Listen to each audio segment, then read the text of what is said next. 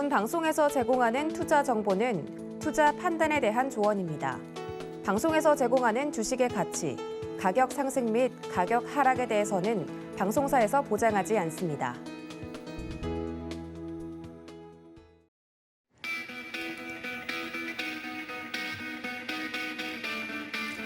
안녕하십니까. 고수익 작전 타임 진행의 구지은입니다. 어제까지 코스피 지수 7거래일 연속 하락 마감을 했습니다. 어려운 시장이 계속되고 있는데요. 어제까지만 하더라도 계속해서 또 발표될 예정이었던 물가 지표들을 기다리면서 관망세가 좀 짙었는데 기다리던 4월 소비자 물가 지수가 나왔죠. 시장의 예상치를 웃돌면서 인플레이션에 대한 우려감이 아직까지는 여전히 시장을 짓누르고 있다라는 평가들이 나오고 있습니다. 관련돼서 간밤에 뉴욕 증시 같은 경우는 또다시 하락을 했다고 하는데요. 정확히 어떤 내용들이 준비가 되어 있는지 면밀히 살펴보도록 하겠습니다. 글로벌 시황센터 먼저 연결하죠. 안녕하세요. 캐스터 박재은입니다. 오늘도 미국 증시 상황 그리고 외신 살펴드리도록 할 텐데요. 간밤 뉴욕 증시는 3대 지수가 일제히 급락세를 또다시 시현했습니다. 아무래도 4월 CPI가 예상치를 웃돌자 시장은 반응하는 모습이 나타난 거고요. 투자 심리가 급격히 얼어붙는 모습이 나타나면서 3대 지수 일제히 급락세를 시현했습니다. 일단은 시장의 약세론자인 모건 스탠리의 마이클 윌슨 주식 전략가가 이런 의견을 내놓기도 했는데요. S&P 500 지수가 단기간에 3,700선 저점까지 낮출 수 있다고 강조하기도 했습니다. 11개 섹터 중에 에너지, 유틸리티 그리고 자재 업종만이 올랐고 특히 임의 소비재와 기술주는 3%에 달하는 하락률을 기록했습니다. 그러면 구체적인 지수 흐름 살펴보도록 하겠습니다. 먼저 다우존스는 1%대 급락했고요. 나스닥이 3%대로 3대 지수 중에 가장 많이 밀리는 모습이 나타났습니다. 역시나 기술주 위주로 투심이 악화되는 모습이 발생을 했고요. S&P 500은 1.65% 크게 밀리면서 마무리 지었습니다. 다음으로 주요 기술주 흐름 살펴보도록 하겠습니다. 이 인플레이션 지표가 생각보다 나쁘게 나오면서 시장은 얼어붙은 모습이 나타났죠. 특히나 이 인플레이션 우려로 인해서 공격적인 금리 인상이 단행될 것이라는 두려움에 기술주는 공포심에 휩싸인 모습이 나타났습니다. 이에 따라서 어떻게 마무리를 지었는지 살펴보면 애플이 5% 넘게 급락세를 시현을 했습니다. 3월 저점을 향해 돌파하는 모습이 나타난 거고요. 이어서 마이크로소프트도 3%대 그리고 알파벳 A는 0.69% 밀리면서 마무리 지었는데 이 알파벳 A는 구글이 매년 열리는 개발자 컨퍼런스에서 인공지능의 새로운 진보를 이용해서 현실과 디지털 검색, 지도 그리고 다른 서비스를 연결시킬 것이다라는 소식을 알리자 하락폭이 제한적인 모습이 나타났습니다. 네, 다음 장 살펴보도록 하겠습니다. 아마존부터 체크를 해보면 3% 역시 많이 밀리는 모습이 나타났고 테슬라가 8% 넘게 급락을 하면서 다시 800슬라를 내주는 모습이 나타났습니다. 테슬라가 8% 이상 하락세를 보인 가운데 간밤에 가장 많이 거래된 종목인 점이 확인되고 있습니다. 다음으로 엔비디아는 5% 넘게 빠지면서 역시 반도체주의 투심도 얼어붙은 모습이 포착이 됐습니다. 네, 다음으로 살펴보도록 하겠습니다. 변동성 지수 먼저 체크를 해보면요. 1.3% 좀 밀리면서 마무리를 지었습니다. 반면에 WTI는 6%대 급등이 나왔는데요. 이 배경을 살펴보면 우크라이나 가스관이 가동 중단 사태에 들었다는 소식에 이 공급 우려가 커지면서 급락한 것으로 풀이되고 있습니다. 다음으로 금값은 0.7% 소폭의 오름세를 나타냈는데요. 물가 지표로 인해서 반등 마감하면서 마무리 지었습니다. 네, 다음 장 살펴보도록 하겠습니다. 특징주 흐름 만나볼 텐데요. 먼저 엑슨모빌, 옥시덴탈 그리고 쉐브론, 간밤에 에너지 섹터가 가장 많이 올랐는데 자세히 좀 들여다보도록 하겠습니다. 먼저 엑슨모빌은 2%대 상승, 옥시덴탈이 1.16%, 그리고 쉐브론이 1.48% 오르면서 마무리 지었는데요. 유가 상승과 연동된 흐름을 나타낸 거고요. 유럽연합의 러시아산 금수 조치가 임박함에 따라서 이 원유 공급의 우려에 좀 빨간불이 켜졌습니다. 이에 따라서 간밤 가장 많이 오른 섹터였고요. 특히나 옥시덴털은 유가 상승을 바탕으로 컨센서스를 상회하는 실적을 발표하기도 했죠. 동사는 올해 들어서 S&P 500 기업 중에 가장 큰 폭의 상승세를 기록했습니다. 네, 다음으로 살펴보도록 하겠습니다. AMD 체크를 해볼 텐데요. 거래량이 간밤에 가장 많이 실렸던 종목 중에 하나였습니다. 0.91% 주가는 하락세로 마쳤는데요. 이 자세한 내용을 들여다보면 메타와 함께 광대역 통신의 접근성을 높이기 위해서 모바일 인터넷 인프라 프로그램을 위해서 협력하고 있다고 말을 했습니다. 다음으로 일렉트로닉 아트는 7.97% 급등했는데요. 간밤 가장 많이 오른 종목이었습니다. 국제축구연맹이 손실이 회사로서는 걱정되지 않는다고 말하자 영향을 받은 것으로 풀이되고 있고요. 다음으로 DC 네트워크까지 살펴보면 5G 네트워크에 대한 전망으로 실망 매도 물량이 출회가 됐습니다. 이에 따라서 2년 만에 최저치를 기록을 하면서 간밤에 가장 많이 빠진 종목이었는데요. 무려 19% 급락세로 마무리 지었습니다.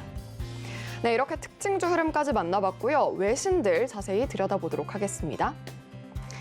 네, 미국의 4월 소비자 물가지수죠. CPI가 발표가 됐는데 예상치를 상회하면서 마무리를 지었습니다.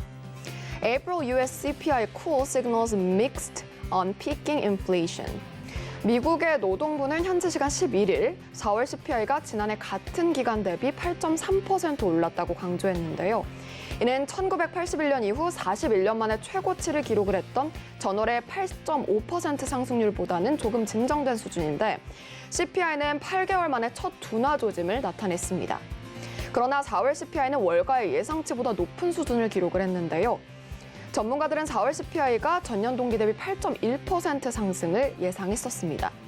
변동성이 큰 음식과 에너지를 제외한 근원 CPI는 전월보다 0.6% 상승했고 전년 대비로는 6.2% 올랐는데요. 반면 유가 급등세가 진정이 되고 기저효과로 인해서 에너지 물가는 안정되는 모습을 나타내기도 했습니다.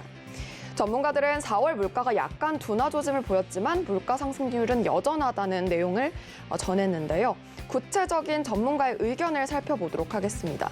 먼저 로버트 시니어 포트폴리오 매니저의 의견 살펴보면요. 이런 내용을 전달을 했죠. This indicates inflation may not have peaked yet 이라고 밝히면서 인플레이션이 아직 정점에 도달하지 않았을 수 있음을 시사했습니다. 이어서 That seems to be a big concern for the market. 이것은 굉장히 큰 시장의 부담이라고 강조를 하기도 했는데요. 이로 인해서 in response to that, futures sold off and continue to sell up 이라고 강조가 되면서 주식시장의 매도세가 한동안 계속될 것임을 시사하기도 했습니다. 이렇게 어두운 전망이 함께 나온 가운데 과연 인플레이션 수치가 어떻게 흘러갈지 궁금해지는 대목인데요.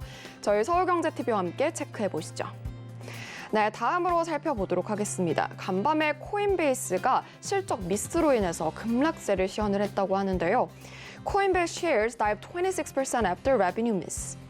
주가가 폭락한 코인베이스의 배경을 살펴보도록 하겠습니다. 미국의 최대 가상화폐 거래소죠. 코인베이스의 주가가 급락을 한 가운데 이를 두고 월가에서 갑론을박이 일고 있습니다. 현지 시간 11일 CNBC에 따르면 골드만삭스는 코인베이스에 대한 투자 의견을 중립에서 매도로 낮췄는데요. 골드만은 가상화폐 가격이 큰 폭으로 조정을 받은 가운데 코인베이스의 수익성이 단기간에 개선되기는 어려울 것으로 보고 있습니다. 금융시장의 위험 회피 심리 속에서 비트코인 가격은 전일할 때 3만 달러 선으로 폭락하기도 했는데요. 비트코인은 지난 11월 기록한 역대 최고치인 약 6만 9천 달러 대비 반토막 이상으로 가치가 폭락한 상태입니다. 코인베이스의 지난 1분기 실적도 사용자와 거래량이 모두 줄어드는 등의 부진한 모습을 나타냈는데요. 코인베이스의 브라이언 암스트롱 CEO는 블랙스완 이벤트가 발생한다 하더라도 자사의 파산 리스크는 없다고 주장하기도 했습니다. 구체적인 내용을 좀 살펴보면 The earnings report comes as the digital currency market is experiencing a major sell-off 이라고 강조가 되면서 최근에 가상자산 시장에 매도세가 굉장히 많이 출회되고 있음을 시사가 됐는데요. 이날 장중 코인베이스의 주가는 전장 대비 27%까지 급락하기도 했고 코인베이스의 주가 흐름 그리고 비트코인의 가격 주의 함께 예의주시해 보시는 게 좋을 것 같습니다. 네, 마지막 기사 살펴보도록 할까요? 최근에 전기차 시장에 어두운 전망이 드리워지고 있는데 간밤에도 전기차 관련 뉴스가 좀 어두운 소식들이 나왔습니다. Lucid CEO concerned about chip supplies from China due to COVID-19. 최근에 중국의 코로나19 봉쇄로 인해서 이 공급망 우려가 계속되고 있죠. 이로 인해서 특히나 반도체 공급 우려가 커지면서 루시드 CEO가 발언을 내놨습니다. 미국의 전기차 스타트업 루시드 그룹의 CEO 피터 롤린스는 코로나19로 인한 중국의 반도체 공급에 대한 우려를 표명을 했고요. 충격을 완화하기 위해서 조치를 취하겠다고 밝혔습니다. 피터 롤린스는 파이낸셜 타임스가 주최한 컨퍼런스에서 가장 큰 관심사에 대해서 강조를 하기도 했는데요. 자세한 발언 살펴보면 My biggest concern probably is semiconductors from China and the impact of COVID in that part of the world 이라고 강조가 됐는데요.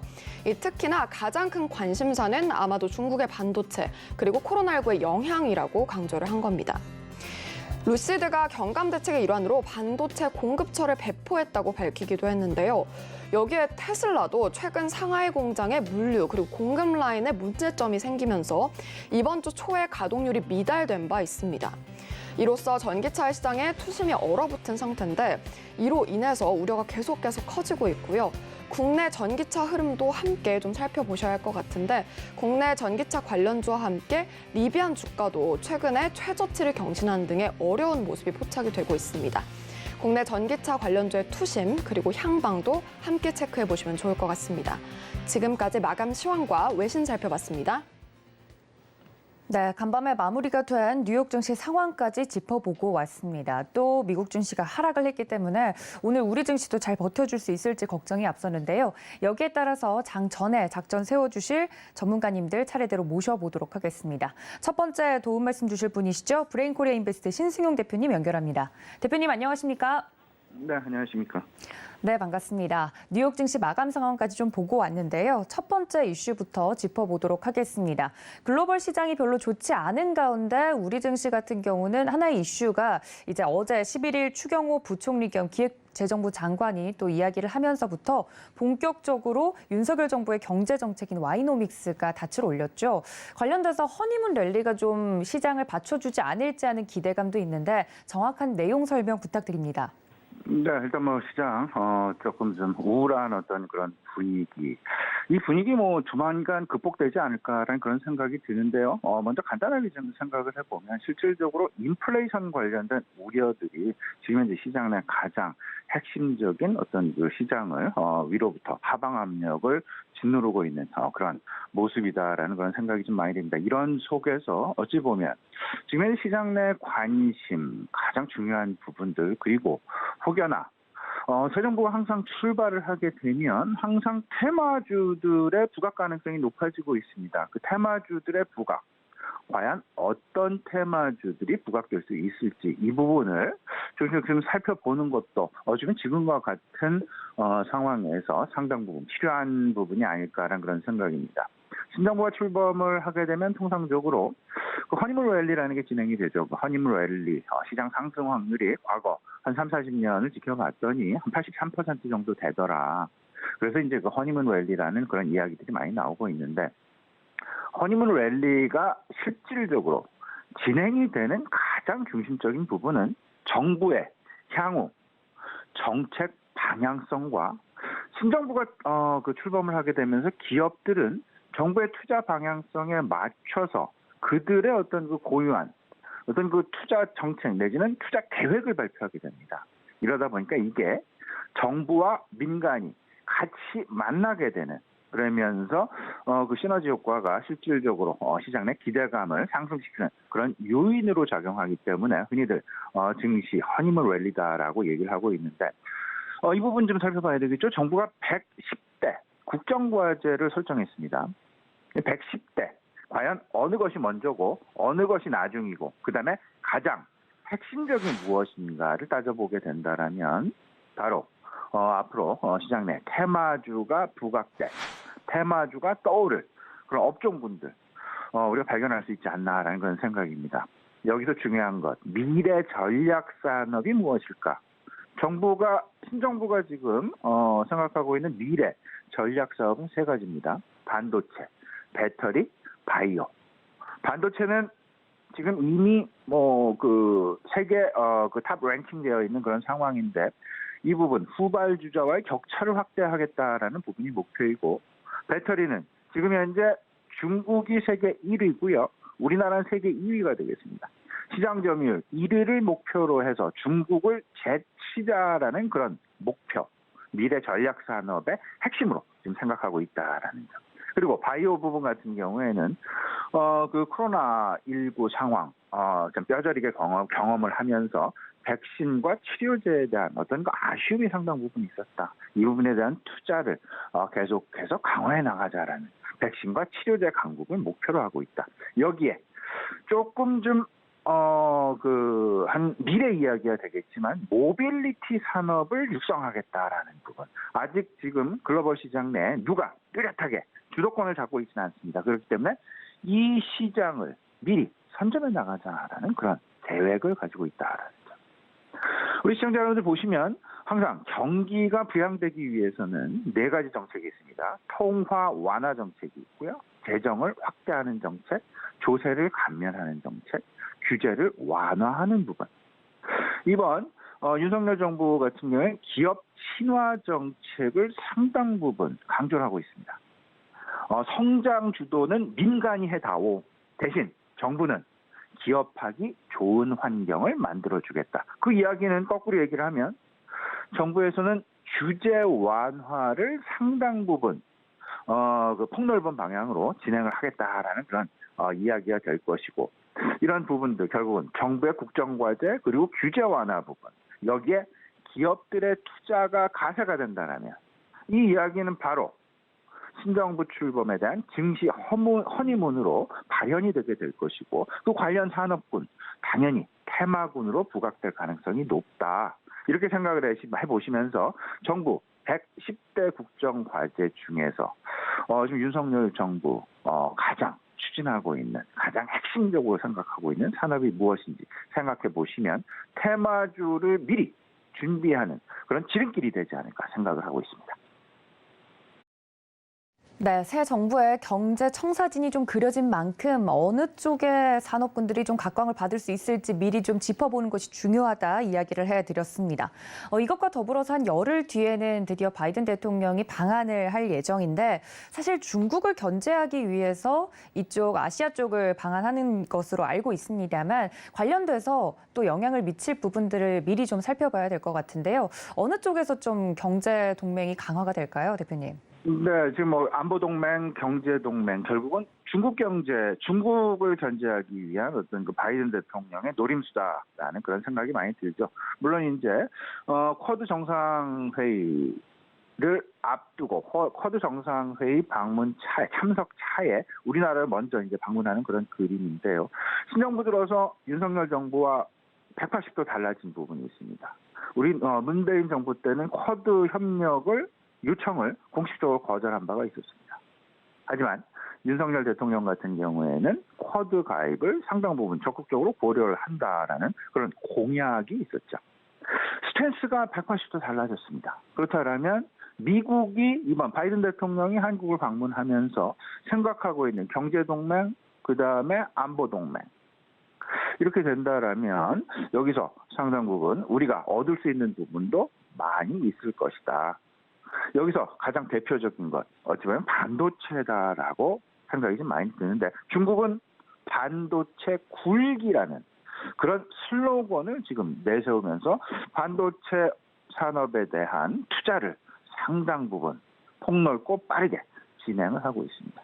지금 글로벌 시장 내에서 국가별로 반도체 생산 비중을 살펴보게 되면 우리나라가 글로벌 2위가 되겠습니다. 대만이 23%로 1위고요. 우리나라가 21% 2위, 일본이 3위, 미국이 4위. 과거 같은 경우에는 미국 독식의 반도체 시장이었지만 지금 현재는 대만, 우리나라, 일본, 미국을 제외한 3국이 실질적으로 글로벌 반도체 시장을 좌지우지하고 있다. 미국 입장에서는 중국을 견제하기 위해서 대만과 우리나라 그리고 일본과의 경제 동맹을 상당 부분 강화시켜야 될 것이고, 중국의 반도체 굴기 어젠다를 견제하기 위해서는 반도체 강국들에 대한, 즉 우리나라, 대만, 일본에 대한 친화 정책이 그 어느 때보다도 절실한 상황이다. 그래서 아마도 이번 바이든 대통령이 한국을 방한하게 되면 4대 그룹 총수회동이 추진되는 것으로 알려지고 있는 그런 상황이 되겠습니다. 가장 중요한 것, 중국을 견제하기 위해서 글로벌 서플라이 체인, GSC라고 흔히들 얘기를 하고 있는데, 글로벌 공급망을 어떤 중국을 견제하기 위한 미국 중심으로 재편을 해나가는 그런 어떤 그 청사진, 그런 어떤 로드맵을 가지고서 이번에도 우리나라 4대 그룹 총수회동이 추진되는 것은 아닌가라는 생각 가져보게 됩니다.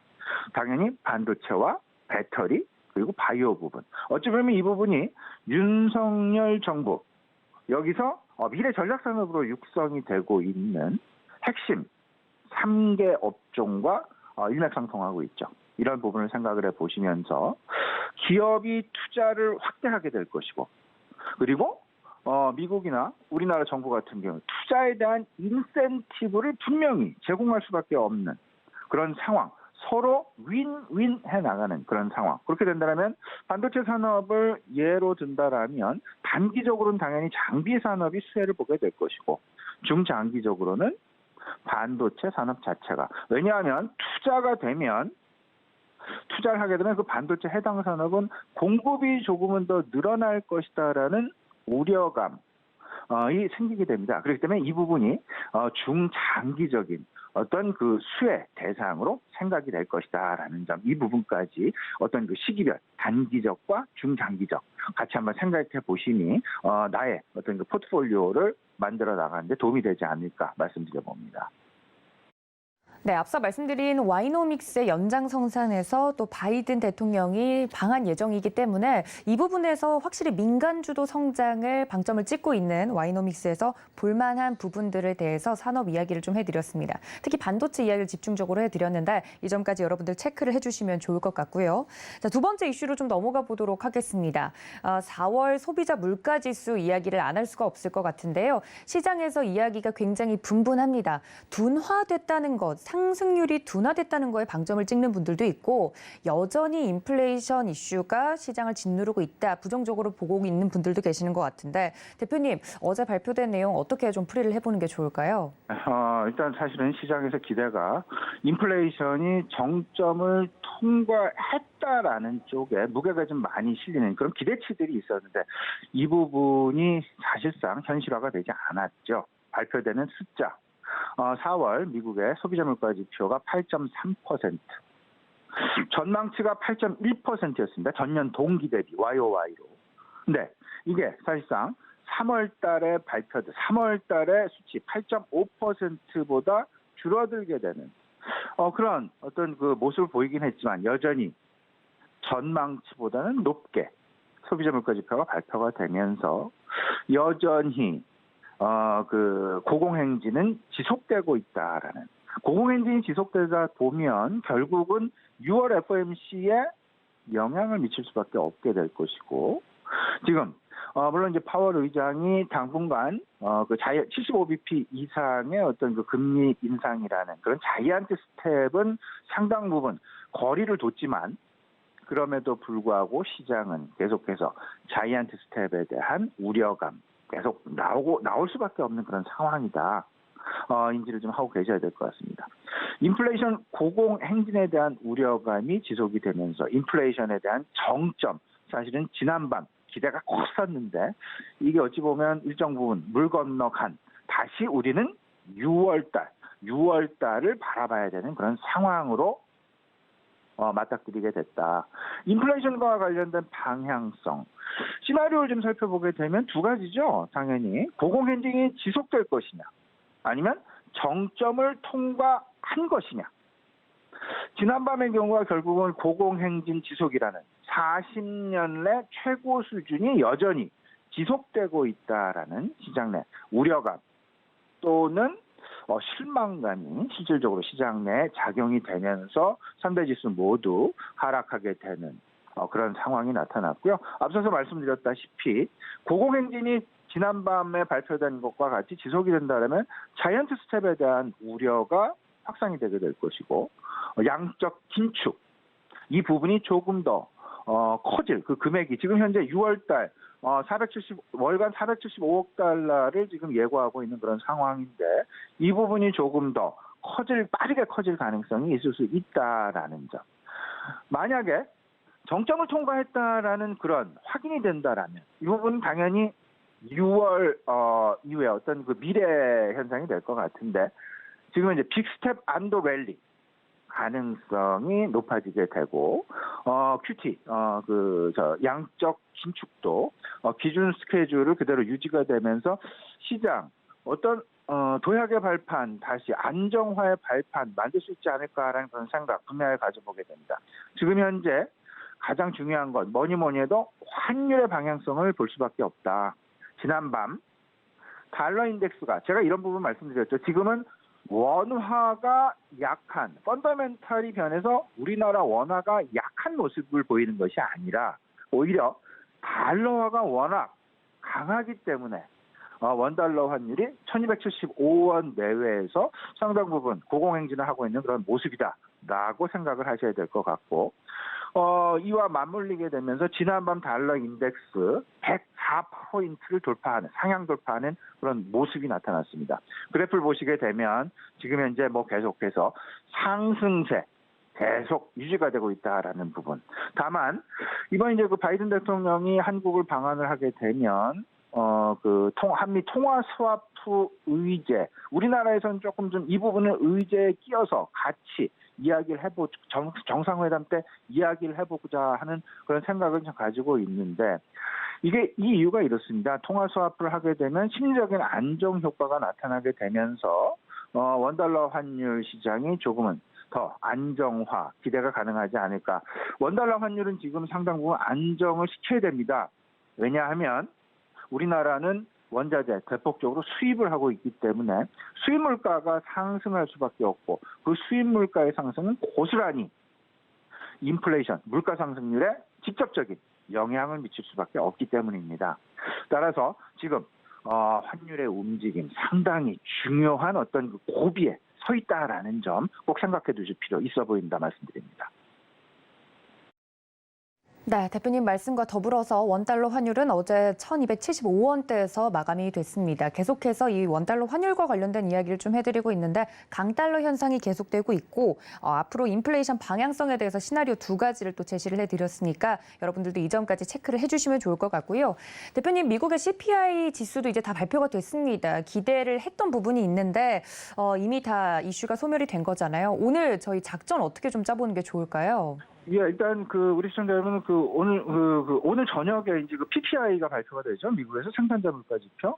오늘 발표되는 생산자 물가가 아마도 다음 달 미국의 소비자 물가에 상당 부분 영향을 미칠 수밖에 없습니다. 왜냐하면 생산자 물가와 소비자 물가 이제 이게 연결되는 그런 고리에 있으니까요.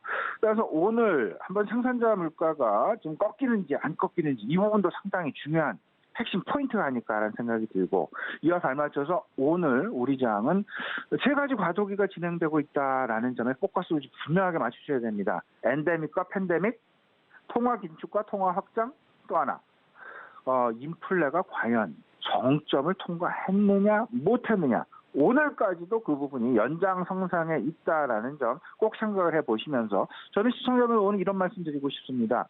퀄리티 성장주에 관심을 가져보자. 퀄리티 성장주 무엇이 있을까? 안정적인 성장을 하고 있는 제약과 바이오 조금 잊혀졌었던 그런 기업군들이죠.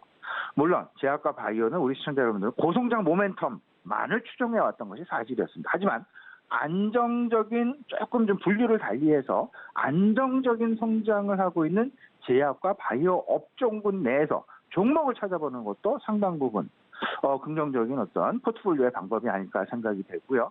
성장기를 진입하고 있는 4차 산업혁명 관련주, 그리고 스포츠 의류나 화장품, 엔데믹 수혜주, 또 하나 인플레이션이 지금 현재 시장 내 제일 중요한 화두입니다.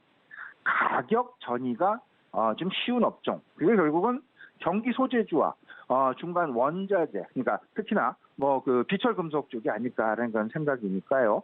이 부분 잘 생각해 보시면 우리 시청자 여러분 오늘도 지난밤 미국의 어떤 불안했었던 시장 상황 조금 더 안정적인 나의 포트폴리오를 만들어 나갈 수 있는 어떤 방법이 아닐까 말씀드리니까요. 이 부분 잘 참고하시고 나의 포트폴리오 꾸려 나가시기 바랍니다. 네, 오늘장 전략까지 이야기를 들어봤습니다. 지금까지 브레인코리아 인베스트 신승용 대표님과 함께했습니다. 대표님 고맙습니다. 네, 다음 또 도움 말씀 주실 전문가님 모셔보도록 하겠습니다. 메리츠증권 황혜수 차장님 연결되어 있습니다. 차장님 안녕하십니까? 네, 안녕하세요. 네, 반갑습니다. 첫 번째 이슈부터 바로 좀 다뤄보도록 하겠습니다. 오늘은 내내 이 이야기를 할 것 같은데 역시나 4월 CPI 발표 내용을 짚어봐야 되겠죠. 직접적으로 국내 증시에 오늘 어떤 영향을 미칠지 궁금한데 꺾였냐, 안 꺾였냐 이 부분이 계속 이야기가 나오고 있습니다만 국내 증시에 어떤 영향이 있을까요, 차장님? 우선 말씀해주신 대로 5월달 FOMC 이슈와 가장 중요한 그 이벤트였던 CPI가 발표가 됐는데요. 전월달 대비 소폭 하락하는 모습이 나타났지만 시장의 예상보다는 계속해서 높은 수준으로 나타났고, 근원물 지수 역시 근원물가 지수 역시 계속해서 전월달보다 줄었지만 시장의 예상보다 높은 지표가 나타나게 되면서 어떤 이제 해석의 영역에 접어들었던 그런 지표가 나타났습니다. 미국 시장 같은 경우는 계속해서 어떤 인플레이션에 대한 우려감 그리고 피크아웃에 대한 그런 기대감이 꺾이면서 큰 폭으로 조정을 받는 모습이 나타났는데요. 국내 증시 역시 어느 정도 이런 CPI에 대한 기대감 그리고 인플레이션 피크아웃에 대한 기대감이 있었던 만큼 오늘 같은 경우는 그런 다시 한번 경기 침체에 대한 우려감이 확산될 가능성이 높다라고 보실 수가 있겠습니다. 네, 관련돼서 개인적으로 궁금한데 인플레이션 수혜주라고 불리면서 이 원자재나 곡물 가격들도 올라오지 않았습니까? 만약에 인플레이션이 여전히 우리 시장을 압박하고 있다라는 해석으로 시장이 흘러간다면 관련된 종목들이 조금 더 탄력적으로 움직일 수 있을지 궁금한데요. 관련주 같은 경우는 말씀하신 대로 어떤 뉴스 플로우에 따라서 움직이는 모습이 많이 보여지고 있는데요. 최근에 그런 인플레이션 관련주들에 대한 주가 상승은 어느 정도 이런 흐름에 대한 기대감이 선반영되었기 때문에 물론 오늘 같은 경우 시세가 다시 한번 나타날 수 있는 변동성도 나타날 수 있겠지만 보유하고 계신 분들이라면 최대한 수익을 짧게 가져가시는 것이 좋을 것 같고요. 매수를 고려하신다면은 지금은 조금 아직까지는 매수보다는 관망으로 대응하시는 것이 오히려 좋을 수 있다 이렇게 말씀드리겠습니다. 네, 그렇군요. 인플레이션과 관련돼서 최근 강한 상승이 나오고 있었던 관련주들에 대해서 전략까지 이야기를 좀 들어봤습니다. 두 번째 이슈로 좀 넘어가 보도록 하겠습니다. 지금 시장 상황이 이렇게 좋지 않은데 공매도 전면 재개 얘기가 나오고 있습니다. 지금 부분 재개가 실시가 된 지 한 1년 정도 시간이 지났는데 당시에는 코스피 지수가 3,300이었거든요. 그런데 지금은 코스피 지수가 2,600도 회복을 잘 못하는 모습을 보여주고 있어서 개인들의 부담을 가중시키는 공매도 전면 재개 카드 정부가 실시를 할지 좀 궁금한데 그것과 더불어서 시장에 미치는 영향이 있다면 분석해 주시죠. 우선 공매도 같은 경우는 글로벌 시장에서 계속해서 하고 있는 기본적인 시장이 돌아가는 매매 중에 하나입니다. 국내 증시 같은 경우는 말씀해주신 대로 일부 공매도 재개를 하면서 이런 우려감이 있었지만 최근에 지수 하락 같은 경우는 매크로 환경에 대한 다른 지수 하락이었기 때문에 단순히 어떤 공매도가 재개되면서 지수가 하락하고 종목이 하락했다라고 보기에는 약간은 조금 논리적이지 않다라고 말씀드릴 수가 있겠고요. 전면 재개를 하는 이유 중에 하나가 국내 지수의 MSCI 선진지수 편입을 위한 공매도 전면 재개임에도 이기 때문에 좀 장기적으로 봤을 때는 시장의 어떤 국내 시장의 투명성이 조금 더 높아질 수 있고 이에 따른 외국인 자금의 수급도 긍정적인 부분으로 작용할 수 있다라고 말씀드릴 수가 있겠습니다. 하지만 단기적으로는 어떤 최근에 시장 자체가 거래량이 굉장히 줄어든 상황이기 때문에 공매도에 의한 주가 하락이라든지 지수 하락 그리고 매도에 따른 하락은 나타날 수 있다는 점을 말씀드릴 수가 있겠고요. 다만 앞서 말씀드린 대로 지수 하락이라든지 주가의 하락이 단순히 공매도에 의한 하락이다라고 보는 것 시선은 약간 조금 위험할 수 있다 이렇게 말씀드리겠습니다. 네, 그럼 차장님 말씀에 이어서 좀 이야기를 해보면 공매도에 타겟이 된 종목들은 그럼 주의를 좀 하는 게 좋을까요? 어떨까요? 최근에 어떤 공매도가 늘어나고 있는 경우는 그동안 고성장주, 높은 밸류를 받았었던 종목들에 집중이 되고 있는데요. 말씀드린 대로 그 주가 하락이 단순히 공매도에 의해서 하락으로 보시는 것은 굉장히 조금 합리적이지 않는 의견이기 때문에 공매도가 많은 종목 분명히 조심은 해야 될 부분이 있지만 그 종목을 선별하실 때 그 판별할 때는 그 요인으로 그렇게 크게 비중은 두지 않으셔도 된다 이렇게 말씀드리겠습니다. 네, 알겠습니다. 이제 대표적으로 코스피 200에 편입이 되면서 이제 동시에 공매도가 가능해지는 종목들에 대해서 혹시나 타겟이 되지 않을까 하는 걱정의 목소리도 나오고 있는데 지금 시장에서는 종목을 선별하는 데 있어서 이 공매도 이슈가 주가 되지는 않는다. 물론 조심은 해야 되지만 이 요인 때문에 해당 주가가 하락하진 않을 것이다라고 이야기를 다시 한번 짚어드렸습니다. 이 점까지 투자자분들은 체크를 해주시면 좋을 것 같고요. 세 번째 이슈로 좀 넘어가 보도록 하겠습니다. 이렇게 장이 좋지 않다 보니까 신규 상장, 그러니까 기업 공개, IPO를 먼저 앞둔 종목들에 대해서 상장 철회를 하는 일들이 지금 일어나고 있다고 합니다. 관련돼서 장이 좋지 않기 때문에 기업 공개를 좀 꺼리는 종목들에 대한 이야기들 저희가 어떻게 해석해야 될지 궁금한데요. IPO 시장 같은 경우는 재작년부터 코로나로 인해서 유동성이 시장에 굉장히 넘쳐났을 때 IPO 시장 역시 굉장히 화랑을 보여줬는데요. 최근에 계속해서 긴축 정책이 나타나기 시작하고 시장의 유동성이 줄어든 상황에서 IPO 시장 역시 화랑이 약간 꺾이고 있는 모습이 나타나고 있습니다. 정상적인 부분이다라고 보시면 될 것 같고요. 말씀해주신 대로 시장 분위기도 좋지 않은 상황이기 때문에 비상장 업체 상장을 준비하는 업체들에서는 이렇게 서두를 필요가 없는 상황이다라고 말씀드릴 수가 있겠고 현금이 충분한 업체들 같은 경우는 자신의 기업들의 밸류를 조금 더 높게 받기 위해서 현재 증시 구간 그리고 유동성이 그렇게 넉넉하지 않은 상황에서는 상장을 처리하고 있는 부분이다라고 보시면 될 것 같습니다. 네, 말씀해 주신 것처럼 시장 상황을 안 볼 수가 없을 것 같습니다. 오늘 날짜 기준으로 한국거래소에 따르면 올해 상장 철회를 결정한 기업은 지금 5곳 정도로 꼽히고 있는데요. 대표적으로 SK 쉴더스, 보로노이, 원스토어, 테림페이퍼, 그리고 현대 엔지니어링까지 기업 공개를 좀 철회를 하겠다라고 이야기들이 나오고 있는 기업들입니다. 관련돼서 코스닥이나 이제 작은 종목들 같은 경우는 상장 철회를 하는 것이 오히려 나을 수도 있다 이야기들이 나오고 있는데 초대형 IPO들도 기대가 좀 되고 있지 않습니까? 컬리라든지 소카 등 다양한 종목들이 있는데 만약에 이들이 IPO를 했는데 결과가 좋지 않을 경우에 대해서 시장 영향이 있을 것으로 예상이 되고 있습니다. 차장님 생각은 어떠신가요? 컬리 같은 경우 시장에서 밸류에이션을 기대하고 있는 점이 6에서 8조, 그리고 소카가 2에서 4조 정도로 밸류에이션을 보고 있는데요.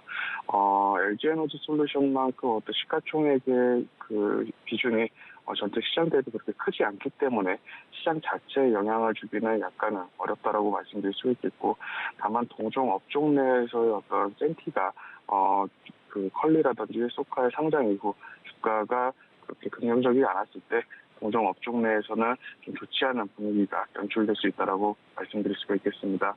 이제는 성장 모멘텀 그리고 성장성에 대한 밸류에이션보다는 실적, 펀더멘털에 조금 더 집중하고 있는 시장 분위기이기 때문에 이런 컬리라든지 소카 같은 경우도 실적이 개선되는 부분이 나타난다면 상장 이후에 주가가 좋지 않더라도 주가 상승도 여전히 나타날 수 있다라고 보시면 될 것 같습니다. 대표적인 예로 쿠팡을 보시면 될 것 같은데요. 쿠팡 같은 경우는 상장 때 고밸류를 받으면서 성장 모멘텀의 부각을 받았지만 실적이 계속해서 좋지 않게 되면서 하락하는 모습을 보여줬습니다. 다만 오늘 같은 경우 1분기 흑자 전환하는 실적을 보여주면서 현재 시간의 거래에서 20% 넘게 상승하는 모습을 보여주고 있는데 이렇듯 성장 모멘텀으로 상장한 업체들은 이제는 성장 모멘텀보다 실적이라는 기본적인 펀더멘털에 집중하면서 대응을 하셔야겠다라고 말씀드리겠습니다. 네, 상장 철회를 결정한 기업들과 더불어서 상장 일정을 현재 진행 중인 마켓컬리와 그리고 소카 등 IPO 대어로 좀 꼽힐 예정인 기업들에 대해서도 혹시나 최근에 이제 성장주들 중심으로 좀 시장이 하락을 하고 있기 때문에 이 부분들에 대해서 상장하려는 기업들의 면밀히 좀 살펴보는 것이 중요하다 이야기들이 나오고 있습니다. 그럼에도 불구하고 IPO 기업 공개를 하는 종목들에 대해서 공략을 전략적으로 하시는 분들도 있지 않습니까? 만약에 이렇게 새내기 주들을 공략을 하고 싶다 하시는 분들에게 딱 맞는 전략은 어떤 게 있을까요? 우선 말씀드린 대로 그 기본적인 밸류에이션이 어떻게 측정이 됐는지를 타이트하게 조금 검토하시는 것이 좋겠다라고 말씀드릴 수가 있겠고요. 실적과 그다음에 자산 가치 등을 기본적인 부분이 튼튼한 업체들 위주로 선별하셔서 대응하시는 것이 좋을 것 같습니다. 네, 기대감보다는 실적이나 눈에 보이는 무언가가 중요한 시장이 됐다라고 하면서 IPO 이제 시장과 더불어서 좀 공략을 하고 싶으신 분들은 이 점을 체크를 하시는 것이 좋겠다 말씀을 드렸습니다. 그러면 차장님 오늘장 전략 저희 어떻게 세워가는 게 좋을까요? 이미 CPI 지수는 나왔고 좀 기대하던 이슈도 소멸이 됐는데요. 시장이 미국 증시가 큰 폭으로 하락하는 모습을 보여줬기 때문에 국내 증시도 약세 출발할 것으로 전망이 되고 있는데요. 이러한 우려감들을 지나가는 과정이 굉장히 조금 어려운 상황이긴 하지만 보유하고 계신 그 종목들 포트폴리오를 계속해서 면밀하게 검토를 하시면서 기본에 충실한 포트폴리오를 구축하시는 것이 유효하겠다라고 말씀드릴 수 있겠고요.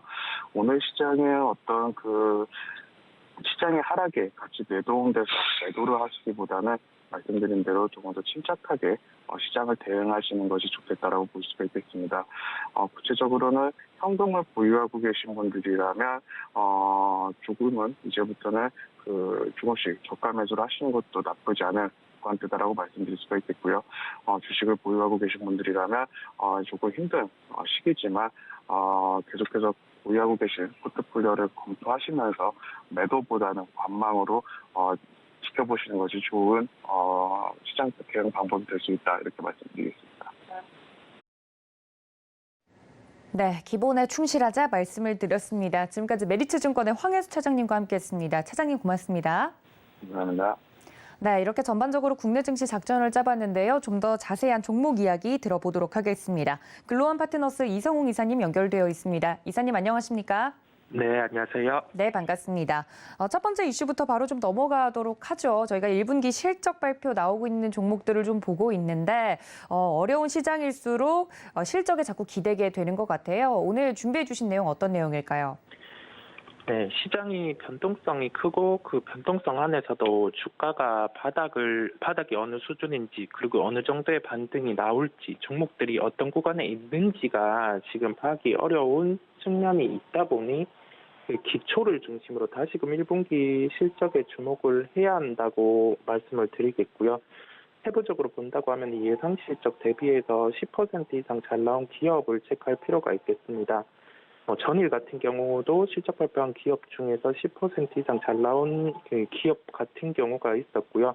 그 부분과 관련해서 단순히 실적이 잘 나왔다고 해서 연속해서 잘 나온다 이렇게 결론을 짓기보다는 실적이 잘 나오더라도 이게 2분기에 연속이 안 되는 기업이 있고 이제 1분기 같은 경우가 아주 실적이 뛰어나면 또 피크라고 하면서 주가가 빠지는 요인도 있기 때문에 조금 이러한 1분기 실적, 예상 실적 대비 10% 이상 잘 나온 기업 중에서 수급 측면에서도 좀 개선세가 나타나고 있는 종목 같은 경우를 공통적으로 볼 필요가 있겠습니다. 네, 그렇다면 돈 잘 버는 기업 어떤 기업을 오늘 준비해 주셨을까요? 네, CJ 프레시웨이를 말씀드리겠는데요. CJ 프레시웨이는 어제 실적 발표를 한 기업입니다. 대표적인 사업이 식자재 그리고 외식 사업을 영위하는 기업인데 코로나 영향으로 외식 사업 같은 경우는 예상치 대비해서 작년에 실적이 많이 줄어들었는데 이 부분 같은 경우도 리오프닝과 관련해서 실적의 반전이 예상되는 기업입니다. 1분기 실적 같은 경우는 실적 예상치 대비해서 12.9% 상회하는 실적을 발표를 했고요. 구체적인 실적은 영업이익 기준으로는 106억 원을 106억 원을 발표했습니다. 세부적으로 실적 내용을 살펴볼 필요가 있겠는데 2월에서 3월 같은 경우는 오미크론이 확산되던 시기다 보니까 이 부분에 대한 매출 부진이 우려되었었는데 식자재 유통과 관련된 부분 그리고 단체 급식 부분 중에서 이제 오피스라든지 그러한 부분에서 그 수요의 회복세가 나타나면서 실적이 긍정적으로 나타났습니다. 여기에서 생각을 해볼 수 있는 게 2월, 3월 데이터가 좋지 않았음에도 불구하고 매출에서 영업이익 질이 개선된 것으로 보이고요. 본격적으로 2분기에서는 이제 경로에서 수요 회복세가 나타날 것으로 보입니다. 왜냐하면은 사회적 거리두기 해제로 인해서 이 부분과 관련된 리오프닝 국면이 시작이 되었고 2월, 3월 오미크론 확산의 매출 부진 대비해서 이게 정상화가 된다고 하면은 1분기가 예상치 실적 대비 높은 실적을 발표했고 2분기는 더욱 좋은 실적의 발표 가능성이 높을 것으로 보입니다. 결론적으로 봤을 때 지금 리오프닝과 관련된 음식료 업종 중에서도 대표적으로 연속된 실적을 발표할 가능성이 높은 기업이겠고요. 그렇다 보니 현재 시장 물론 좀 변동세도 있고 불안한 측면이 있겠지만은 대표적인 업종 중에서 CJ 프레시웨이 같은 경우는 한번 살펴보고 갈 필요가 있을 것으로 보입니다. 네, 1분기 호실적을 발표한 CJ 프레시웨이까지 짚어주셨습니다. 다음 이슈로 넘어가서 종목까지 함께 이야기를 좀 나눠볼 텐데요. 변동성이 굉장히 커지고 있습니다. 관련돼서 볼만한 종목 어떤 종목일까요? 종목별 자체의 변동성도 커져 있는 상황이고 근데 시장의 흐름만 놓고 본다고 하면은 그 매수를 해서 들고 가는 즉 바이앤 홀딩 전략 자체가 무색한 구간에 와 있는 흐름입니다. 그렇다 보니 저희가 현재 측면에서는 트레이딩 관점 소위 말해서 그 하락을 했을 때 반등이 빠를 수 있는 종목을 미리 캐치해서 매매에 돌입을 하는 게 중요하겠고요. 그렇다 보니 이 종목과 관련해서 그 시장이 하락할 때 상대적으로 강한 종목, 그다음에 시장이 반등할 때 함께 반등하는 그 요소를 가진 종목이 외국인 매수 측면에 공통적인 점이 있다 보니까 그러한 부분에 대한 종목을 살펴보고 가도록 하겠습니다. 네, 그 종목은 어떤 종목일까요? 네, 기존에 말씀드린 종목이기도 한데 기아를 말씀드리도록 하겠습니다. 전거래일 같은 경우 외국인 기관 동시 매수가 유입되는 흐름이었고 그 기관 매수 중에서도 사모펀드의 매수 유입이 강하게 나타나는 종목이었습니다. 그렇다 보니 수급적인 측면에서도 긍정적이겠고요. 시장 대비 연속된 강세 흐름 저희가 확인을 할 수 있었습니다. 그렇다 보니 이 부분에 대해서도 수급적인 측면 긍정적인 것으로 보입니다. 다만 시장의 흐름을 감안했을 때 현재 국면에서는 매매 관점으로 접근 가능한 구간이고요. 그러한 점을 염두에 두고 대응할 필요가 있겠습니다. 네, 언급을 한번 드렸던 또 종목이죠. 기아, 외국인 투자자가 11거래일 연속 주식을 순매수하고 있다는 점 수급적으로 긍정적인 종목에 대해서 짚어드렸습니다. 그렇다면 이사님, 저희 오늘 작전 어떻게 좀 짜보는 게 좋을까요? 네, 미국의 그 CPI 지표 발표가 예상한 부분, 그러니까 유가의 영향이라든지 중고차의 영향 부분의 데이터는 줄어들었지만은 이게 소비와 관련된 부분의 증가로 인해서 데이터를 한 번 더 확인하고 시장이 조정이 나오는 모습이었거든요. 그렇다 보니 우리나라 시장 같은 경우도 다시금 지수로는 2,550의 테스트 가능성이 높을 것으로 보입니다. 조금 보수적인 관점 유지를 할 필요가 있겠고요. 지수의 지지 여부, 2,550의 지지 여부를 한 번 더 확인하고 갈 필요가 있다고 보입니다. 결론적으로 봤을 때는 보수적인 관점 여전히 유지하고 주식을 급하게 매수할 필요가 없는 구간이라고 한 번 더 강조드리겠습니다. 네, 오늘장 전략까지 이야기 나눠봤습니다. 지금까지 글로원 파트너스 이성웅 이사님과 함께했습니다. 이사님 고맙습니다. 네, 감사합니다. 네, 이렇게 장 전의 작전 모두 짜봤습니다. 실시간 대응 방법은 저희가 매매 시그널에서 잡아드리고 있으니까 끝까지 함께해 주시고요. 또 본 방송에서 제공해 드린 정보는 투자 판단에 대한 조언일 뿐 해당 주식의 가치나 수익률을 보장하고 있지 않다는 점까지 알려드리면서 저는 잠시 뒤에 매매 시그널 통해서 다시 인사드리겠습니다. 시청해 주신 여러분 고맙습니다.